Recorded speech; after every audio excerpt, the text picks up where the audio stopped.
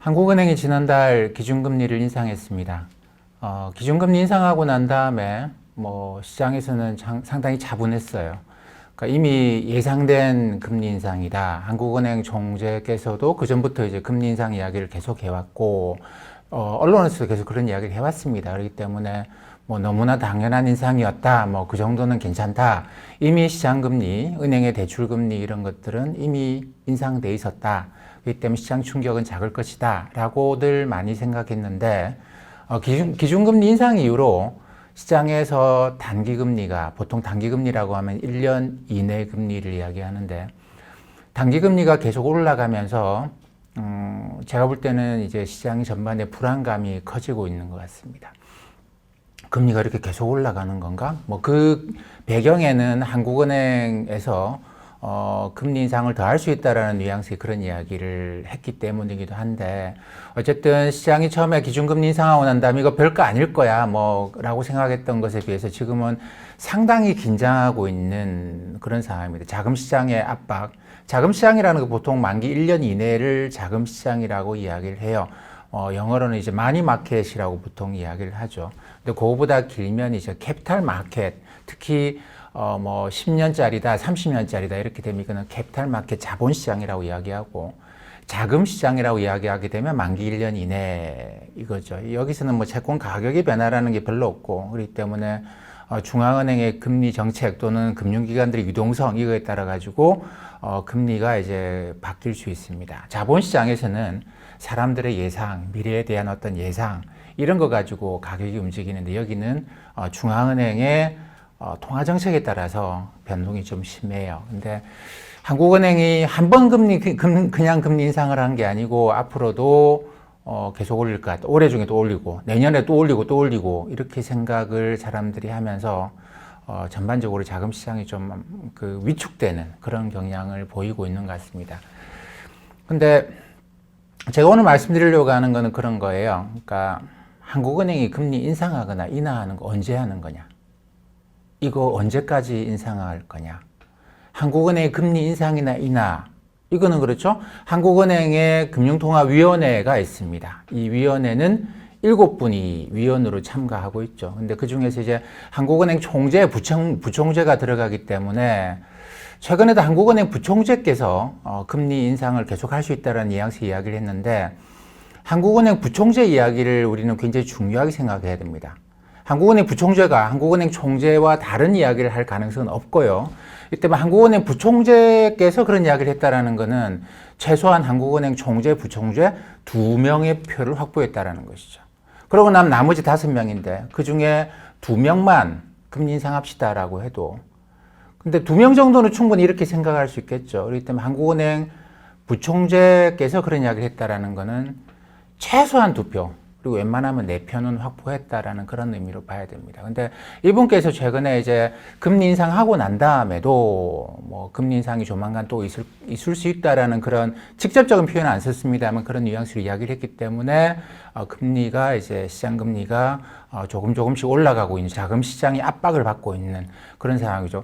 은행 그렇지 않습니까? 금융기관들 당장 금리 인상이 조만간에 또 있다고 생각하면 사실 우리가 이야기하는 캐피탈, 대부업체 돈 빌려야 되죠. 시장에서 채권을 발행하거나 은행, 금융기관들로 돈을 빌려와야 되는데, 당장 2, 3개월 후에 또 금리 인상할 것 같으면 잘 안 빌려주려고 하는 거죠. 그때 금리 인상하고 나서 좀 더 높은 금리로 돈 빌려주고 싶어 하지, 낮은 금리 지금 누가 돈 빌려주고 싶어 합니까? 그러다 보니까 이게 이제 금리가 계속 슬금슬금 올라가는, 다음번 금리 인상을 선반영하면서 금리가 올라가는 이런 현상이 나타납니다. 그렇게 보면 금리 인상이나 인하는 이 7명의 금통위원들을 잘 분석해 보면 그거 외에는 방법이 없지 않겠는가. 그 7명의 금통위원들이 1년에 8번 모여가지고 회의를 해서 결정을 하는데, 그러면 이분들의 성향을 잘 분석해 보면 되겠다 라고도 접근합니다. 그렇게 접근하시는 애널리스트들도 있고, 미국에서도 그렇게 접근하는 경우가 많이 있어요. 근데 이분들이 성향이 그렇다고 하더라도 매번 또 바뀔 수 있는 것이죠. 그리고 자기가 생각하는 것도 이야기 안 할 경우도 많아요. 그렇기 때문에 이 한 명 한 명의 성향을 분석해서 금리 인상할 거다 안 할 거다 이렇게 이야기하는 건 제가 볼 때는 굉장히 현실성이 많이 떨어집니다. 뭐 재미는 있어요. 재미는 있는데 이걸 가지고는 분석하기는 어렵습니다.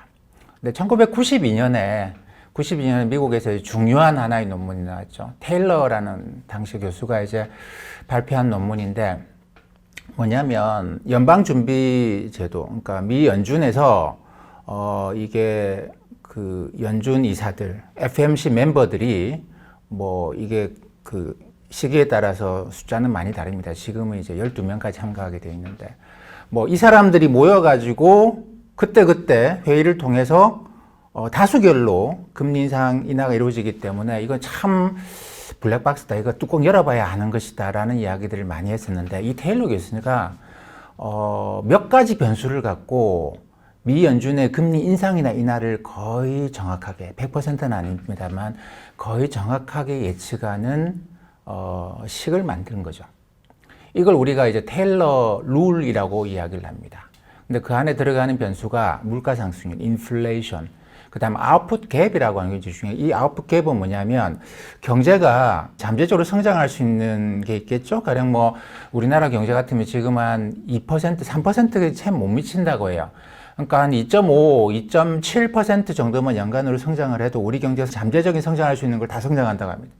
근데 이거 이상으로 성장하게 되면은 물가 상승 압력을 받게 되겠죠. 이거 이하로 성장하게 되면 디플레이션이나 경기 침체 위험이 커진다. 그래서 이걸 이 잠재적으로 성장할 수 있는 만큼 성장하는 걸 아웃풋 갭 제로라고 놓고 지금 이거보다 낮으냐 높으냐를 갖고 이 테일러라는 시간에 들어갑니다. 그리고 물가 상승률, 연준이 생각하는 물가 상승률 목표에 비해서 지금 얼마나 올라갔느냐 이거 갖고 집어넣으면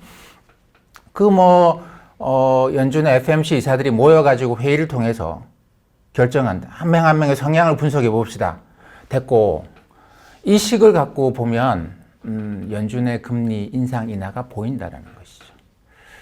근데 지금은 사실 좀 많이 바뀌었습니다. 연준이 그 이전에는 물가를 굉장히 중요하게 했거든요. 그렇기 때문에 인플레이션, 아웃풋 갭 굉장히 중요한 변수였는데 근데 지금 다음에 또 한번 말씀드리겠습니다만 미국의 금리를 이 테일러 룰 가지고 예측을 해보면 지금 그 연방기 금리가 2% 위로 올라가야 돼요. 내년 초가 되면 거의 4% 위로 올라가야 됩니다. 근데 왜 연준은 그렇게 행동하지 않느냐? 연준이 그동안 생각을 바꿔버린 것이죠. 지금은 물가보다는 고용입니다. 고용. 그러니까 고용이 충분하지 않은데 그 테일러 룰 안에는 고용이라는 게 들어간다고 볼 수도 있지만 들어가긴 해요. 근데 그게 크게 중요한 부분은 아닌데 새롭게 연준이 생각을 바꿔서 2010년 이후에 적용하고 있는 방식은 이 고용을 제일 중요하게 생각합니다. 물가는 중요하게 생각 안 하고 그러다 보니까 이제는 테일러 룰을 가지고 분석할 수는 없어요. 그렇지만 어쨌든 연준의 행동을 FMC 멤버들 한 명 한 명의 성향으로 분석하는 것보다 저는 여전히 어떤 경제 지표 갖고 성향이 어떻든지 간에 그렇죠. 우리는 인정할 건 인정한다라는 겁니다. 특히 이제 그 정도 레벨쯤 되는 분들이면 자기 고집으로 하는 게 아니고 나는 금리 인하를 선호하긴 하지만 경제가 이 정도면 이제 그래 금리 인상합시다. 인정할게. 내가 앞서서 금리 인상합시다라고 주장하진 않겠지만 이 정도가 되면 내가 목소리 낮추고 금리 인상하자고 목소리 높이는 분이 있으면 그냥 따라갈게요. 동의할게요. 뭐 이러는 게 일반적이지 않겠습니까? 이게 합의고 컨센서스고 뭐 그런 거거든요. 이 때문에 이제 경제 지표 이런 것들을 갖고 미 연준도 분석할 수 있고 제가 이번 주에 리포트를 쓰면서 한국은행의 금리 인상이나 인하는 어떤 경제 지표 가지고 분석해 보는 게 좋겠는가를 한번 연구를 해봤습니다. 한국은행이 1999년부터 지금과 같은 방식의 금리 조절 정책을 씁니다. 그 이전에는 통화량 중심의 통화 정책이었죠. M2 증가율이 몇 %다. 지금 중국하고 있는 방식과 좀 비슷한 방식인데 근데 이제 우리가 그 1997년, 8년 외환위기 겪고 난 다음에 많은 게 미국 방식으로 바뀌었어요. 그러니까 중앙은행의 통화정책도 미국 방식으로 바뀌었습니다. 그때부터 1999년 4월부터 당시에는 기준금리라고 안 불렀고 당시에는 은행 간 콜 금리를 조절하는 그런 방식이었고 그 다음에 이제 RP 금리 움직이면서 지금은 기준금리라고 부르죠. 근데 한국은행이 1999년부터 이제 금융통화위원회에서 금리를 올리고 내리고 했는데 그때부터 지금까지 어떤 변수가 한국은행의 금리 인상 인하를 설명하겠는가? 테일러 룰하고는 좀 다른 방식입니다만 저는 두 가지 변수에 주목했습니다. 상식적으로 생각해서 그렇지 않습니까? 경제가 좋으면 금리 올리겠죠? 근데 경제가 좋아도 주식시장이 너무 안 좋아, 금융시장이 너무 안 좋아. 그럼 금리 못 올리겠죠? 그럼 두 개의 변수를 뭘로 쓰느냐면 실물 경제를 대표하는 지표, 이거 제가 이제 통계청에서 발표하는 경기 선행지수 순환 변동치를 썼고, 이 금융은 어떻게 보느냐? 주가가 지난 2년, 3년 동안의 평균치에 비해서, 이동 평균에 비해서 얼마나 높으냐, 낮으냐. 그러니까 이거는 금융시장이 좋으냐, 나쁘냐를 판단하는 지표. 실물 경제는 경기순환지수. 경기순환지수의 순환 변동치가 뭐냐? 경기순환지수라고 하는 것 자체가 계산하면 이게 경제가 성장함에 따라 계속 올라가도록 숫자가 나와요. 그래서 이걸 이 트렌드를 제거하고, 그래서 경기 좋고 나쁘고 할 때마다 올라가고 내려가도록 기준점은 100입니다. 100이면 경제가 그럭저럭 흔히 쏘쏘하다고 이야기하죠. 그 정도 간다는 이야기고, 100m로 내려가면 경기가 안 좋다는 이야기예요. 그 100 위는 이 정도면 괜찮네, 이런 거죠. 지금이 102.6 정도 나옵니다. 굉장히 좋은 상태예요. 전체 시기에서 90년대 이후 시기인가? 70년대부터 시기를 보면 102.6 정도 나오는 거는 전체 10% 정도밖에 안 나오기 때문에 굉장히 경제가 좋은 시기죠. 이렇게 경제가 좋으면 금리 인상을 하겠죠? 근데 보니까 주가가 안 좋아. 그럼 금리 인상 못 하겠지만 주식시장도 괜찮다. 지난 3년 동안의 주가 이동평균선, 평균에 비해서 지금 한 10% 이상 올랐다. 이 경기선행지수 순환변동치가 100보다 높다. 이런 경우만 쫙 모아서 제가 보시는 그림처럼 빨간색 음영을 표시했습니다. 어떻습니까? 금리 인상이 전부 다 여기 들어와요. 전부 다 아닙니다.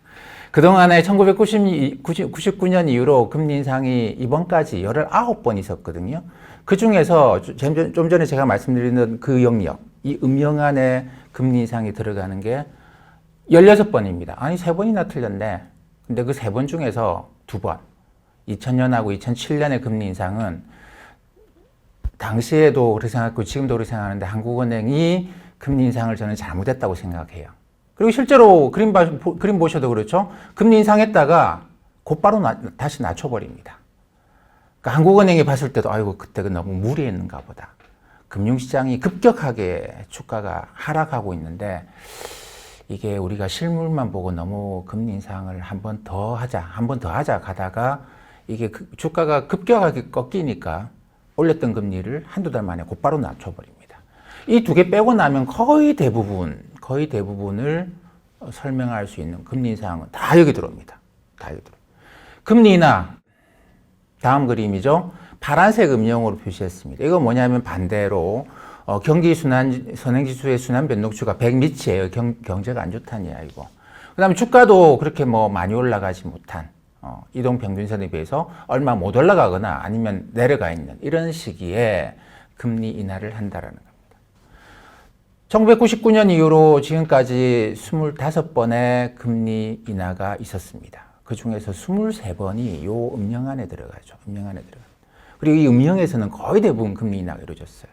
아까 음영에서도 거의 대부분 그 음영 발생하면 금리 인상이 있었습니다. 이번에도 금리 인상한 거는 그 조건을 만족했기 때문에 금리 인상을 한 것이죠. 금리 인하 두 번의 예외가 있는데 2015년입니다. 이때는 어떤 때냐면 미국이 금리 인상을 준비하고 있었는데 유럽, 일본 환율 전쟁한다고 당시에 자기네들 통화가치 떨어뜨려가지고 경기 좀 좋게 해보려고 금리 인하하고 난리가 아니었거든요. 그래서 뭐라고 이야기했냐면 전 세계가 환율 전쟁이라고 했어요. 중국 가만히 있지 않겠다고 같이 완화 정책을 쓰기 시작했고 여러 나라들이 싱가포르도 포함해가지고 싱가포르 사실 통화 정책을 그렇게 쓰는 나라가 아닌데 그런 나라들까지 이 완화 정책을 쓰기 시작한 거죠. 당시에 그래서 아니 이렇게 한국의 원화가 계속 강세로 보이면 어떻게 하느냐. 한국은행 가만히 있을 거냐. 전 세계가 지금 환율 전쟁 중인데 한국은행 가만히 있을 거냐. 경기 나쁘지 않았고요. 그 다음에 이제 금융시장 여건도 그렇게 나쁘지 않았는데 한국은행도 가만히 있을 수는 없다. 우리도 원화 강세를 방치할 수 없다. 전 세계가 이러고 있는데 우리도 같이 환율 조정하겠다라고 해서 금리 2번 낮춘 예외 사례가 있고, 그러니까 경제나 금융시장이 아니고 그때는 환율 전쟁 때문이었죠. 그거 빼고 나면 전부 다 요 음영 구간 안에서 금리 인하하고 있습니다. 자, 지금 볼까요? 지금 금리 인상을 시작했는데 작년 12월부터 이 조건이 만족되기 시작했어요. 경기 선행지수 순환 변동치가 100을 넘었다. 그리고 주가가 많이 올랐다. 라고 하는 겁니다. 그렇기 때문에 이때부터 금리 인상이 시작될 수 있었는데 좀 기다리고 하다가 이제 금리 인상이 시작된 것이라고 볼 수 있습니다. 이게 언제까지 갈 거냐? 경기 선행지수 순환 변동치가 지금 102.6이라고 말씀드렸는데 이게 다시 100 밑으로 떨어지면 금리 인상을 멈출 거예요. 경제가 지금 뭐 피크아웃 됐다, 이제부터 이제 나빠질 일만 남았다라고 하시는 분들도 계시는데 그분들의 말씀이 맞다고 한다면 내년 여름 정도가 되면 이게 100 밑으로 내려갈 겁니다. 쭉 떨어지는 속도를 감안해서 보면 내년 여름 정도가 되면 한국은행이 금리 인상할 수 없는 단계로 간다. 근데 주가가 이제 뭐 그 전까지 그렇게 크게 떨어지지 않는다고 한다면 3,000, 뭐 2,800, 900 위에 있다고 한다면은 뭐 올해 연말에 한번 올리고 내년 봄 정도에 또는 뭐 여름 정도에 한번 올리고 해가지고 두 번의 금리 인상이 더 있겠죠. 경제가 계속 나빠진다. 지금 우리 피크아웃 했다. 경제가 이제부터는 나빠질 밖에 없다라고 생각하면 두 번. 근데 그게 아니고 경제가 지금 뭐 공급 측면에서 여러 가지 반도체 부족하대요. 그것 때문에 부족한 것 때문에 공장이 잘 안 돌아간답니다. 근데 이런 경우에는 어떻게 공장을 돌리겠죠. 왜냐하면 공장을 돌려서 돈을 벌 수 있으니까 열심히 뭐 공장 돌려가지고 이 공급 측면에서 병목 현상이 좀 극복이 되고, 그리고 델타 변이 지나고 난 다음에는 이번에 델타 변이처럼 아주 어마어마한 변이가 또 안 생기고, 그래서 어느 정도 정상 생활이 조금씩 전 세계적으로 이루어진다고 한다면 피크아웃이 아니고 떨어지다가 다시 경기가 또 올라가고, 이런 식으로 우리가 이제 등산할 때 보면 그렇습니다. 뭐 등산하시는 분들은 잘 아시겠습니다만 등산한다고 봉우리 하나 올라갔다가 봉우리 하나 올라가고 나면 이제 등산 끝, 이제 내려가는 일만 남았다. 이런 경우는 거의 없죠. 거의 대부분의 경우가 최고봉 올라가고 난 다음에 내려오는데 또 좀 내려오다 보니까 또 이런 식으로 능선을 타고 하산하는 경우가 많습니다. 그렇기 때문에 경기가 뭐 지난번에 고점 이상으로 올라가기는 어렵다고 생각을 합니다만 어쨌든 내려오고 다시 능선을 타고 이런 식의 경기가 제가 볼 때는 뭐 요즘에 긍정적으로 보시는 분들은 2, 3년씩 이어질 수 있다라고 보는데, 그런 분들 시각으로 보면은 금리 인상이 이제 내년, 내후년까지 계속 이어질 수 있다라고 봐야 되겠죠. 어떻게 계산을 했느냐, 이 음영 구간 어떻게 계산했느냐, 뭐 그거는 이번 주 제 리포트를 참고하시면 그 안에 이제 뭐 어떻게 계산했는지 정확한 숫자가 있으니까 그걸 참고해 주시기 바라겠습니다.